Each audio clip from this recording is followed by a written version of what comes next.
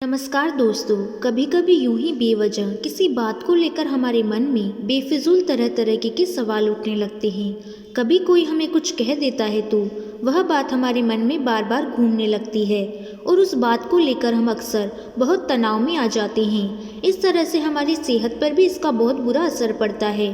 तो इस बेवजह उठ रहे सवालों को हम कैसे शांत कर सकते हैं, बेचैनी को कैसे शांत कर सकते हैं और हम इस तनाव से बाहर कैसे निकल सकते हैं। इस कहानी में मैं आपको गौतम बुद्ध की ऐसी 4 आदतों के बारे में बताने वाली हूँ जिससे आप अपने जीवन में अपनाकर उस तनाव से बाहर निकल जाएंगे और अच्छे कामों में अपना जीवन व्यतीत कर एक अच्छी जिंदगी जी सकते हैं। यहाँ पर बताई गई यह 4 आदतें आपकी पूरी जिंदगी बदल सकती है।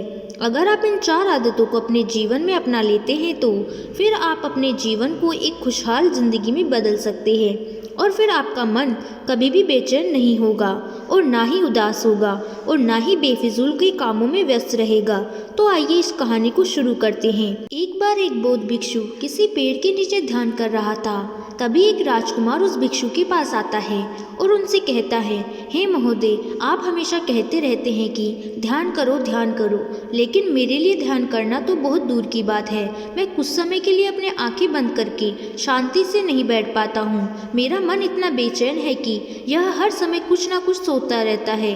मैं जब भी ध्यान करने बैठता हूँ तो मेरे अंदर विचारों का तूफान आने लगता है। लोगों के बारे में सोचकर, अपने जीवन की बीती घटनाओं के बारे में और अपने भविष्य के बारे में, और ऐसे न जाने कितनी सारी अजीबोगरीब विचार लगातार मेरे मन में आते रहते हैं। मैं इन्हें रोकने की बहुत कोशिश करता हूँ, लेकिन जब मैं इन्हें रोकने के लिए ध्यान करने की कोशिश करता हूँ तो मेरा मन अशांत होने लगता है और फालतू की बातों में मन लगने लगता है। तो मैंने ध्यान को छोड़कर बैठ जाता हूँ। इतनी बातें कहने के बाद वह उस बौद्ध भिक्षु की ओर देखता है और कहता है, हे महोदय, कृपा करके आप मुझे इस समस्या का कोई समाधान बताइए। यह सुनकर बौद्ध भिक्षु ने कहा, मैं कोई समाधान भला कैसे बता सकता हूँ? सोचो, तुम्हारा ही मन है, लेकिन ये तुम्हें ही कुछ देर तक आंख बंद करके बैठने नहीं देता। तुम्हें अपने इस मन को कितना आज़ाद कर रखा है। राजकुमार ने कहा, महोदय, मैंने बहुत सोचा, लेकिन मुझे अपनी इस समस्या का कोई समाधान समझ नहीं आया, इसलिए मैं आपकी शरण में आया हूँ। जब आप ही कोई रास्ता दिखाइए। भिक्षु ने कुछ देर तक राजकुमार के चेहरे की तरफ बड़े ध्यान से देखा और फिर कहा, ठीक है, मैं तुम्हें अपने स्वामी गौतम बुद्ध की बताई 4 आदतों के बारे में बताऊंगा। अगर तुम ये 4 आदतें छोड़ दोगी तो फिर तुम्हारा मन लगने लगेगा और तुम्हें कभी भी बेचैनी नहीं होगी। राजकुमार पूरे ध्यान लगाकर उस बौद्ध भिक्षु की बातें सुनने लगा। बौद्ध भिक्षु ने कहा, पहली आदत यह है कि दूसरों के मन को पढ़ना छोड़ दो। तुम और तुम्हारे जैसे ज्यादातर लोग यही गलती करते हैं कि वह दूसरों के मन की बातों को पढ़ने का प्रयास करते हैं, जैसे कि अच्छा, सामने वाला मेरे बारे में क्या सोच रहा है, और यही आदत तुम्हें सबसे ज़्यादा बेचैन और परेशान करती है। ज़्यादातर समय पर लोग दूसरों के मन की बातों को गलत और नकारात्मक तरीके से लेते हैं। जैसे कि लोग अक्सर सोचते हैं कि दूसरे लोग उनकी तरक्की से जलते हैं, उसे नीचा दिखाना चाहते हैं, उसे पसंद नहीं करते, उसकी मदद नहीं करना चाहते, और ऐसी ही न जाने कितनी सारी नकारात्मक बातें यह लोगों दूसरों के प्रति अपने अंदर बैठा लेते हैं। फिर उनके बारे में ही सोचते रहते हैं, उनसे बदला लेने के तरीके सोचते रहते हैं, उन्हें नीचा दिखाने के मौके ढूंढते रहते हैं, और दूसरों के प्रति यही नकारात्मक सोच उन्हें दुखी करती है और फिर यही लोग बेचैनी महसूस करते हैं। इसलिए दूसरे लोग क्या सोच रहे हैं इसका अनुमान लगाना बंद करो। दूसरे लोगों के मन के विचारों को पढ़ने की कोशिश करना बंद करो। अगर पढ़ना ही है तो खुद के विचारों को पढ़ना शुरू करो कि तुम्हारे अंदर क्या चल रहा है। कहीं तुम नकारात्मक सोच, शिकायत या बुराई करने जैसी आदतों के शिकार तो नहीं हो रहे हो।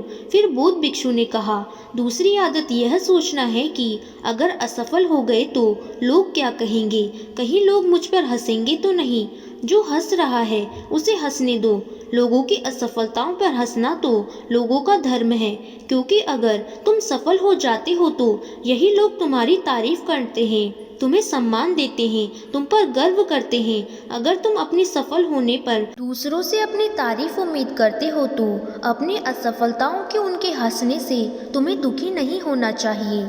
और समस्या यही है कि हम इंसान असफलता को बुरा मानते हैं। जबकि असफल होना सफल होने से भी ज़्यादा ज़रूरी है, क्योंकि बिना असफल हुए सफल इंसान के अंदर घमंड और दूसरों को खुद से छोटा समझने की भावना पैदा करती है, जबकि असफलता हमें विनम्र रहना, धैर्य रखना और लगातार प्रयास करना सिखाती है। इसलिए असफलता को कभी बुरा मत समझो, और अगर तुम्हारे काम में असफल होने की संभावना नहीं है तो इसका अर्थ यह है कि तुमने अपना लक्ष्य अपनी क्षमता से छोटा बनाया है।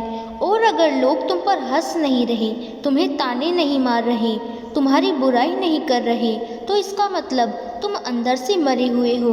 तुम अपने मानसिक सीमाओं से बाहर जाकर कुछ नया करने का प्रयास नहीं कर रहे हो, क्योंकि असफल भी वही होता है जो कुछ नया करने का प्रयास करता है। और एक बात हमेशा याद रखना, और अगर तुम्हारे अंदर असफल होने का साहस नहीं है तो तुम कभी भी कोई भी बड़ा लक्ष्य हासिल नहीं कर पाओगे जो तुम्हें करना चाहती हो। इसलिए असफल और लोगों के हंसने से डरना बंद कर दो।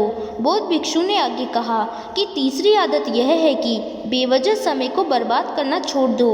लोगों को लगता है कि वह समय को काट रहे हैं, लेकिन असल में समय हर बार उन्हें काट रहा है। लोगों के द्वारा समय को व्यर्थ करने के कामों में बर्बाद करने का केवल एक ही कारण है, और यह है कि उन्हें लगता है कि उनके पास बहुत समय है, जबकि सच्चाई यह नहीं है, क्योंकि उनसे पहले वाले लोगों को यही लगता था कि उनके पास बहुत समय है, लेकिन उन्हें पता भी नहीं चल पाया कि कब समय बीत गया और उनका बुलावा आ गया।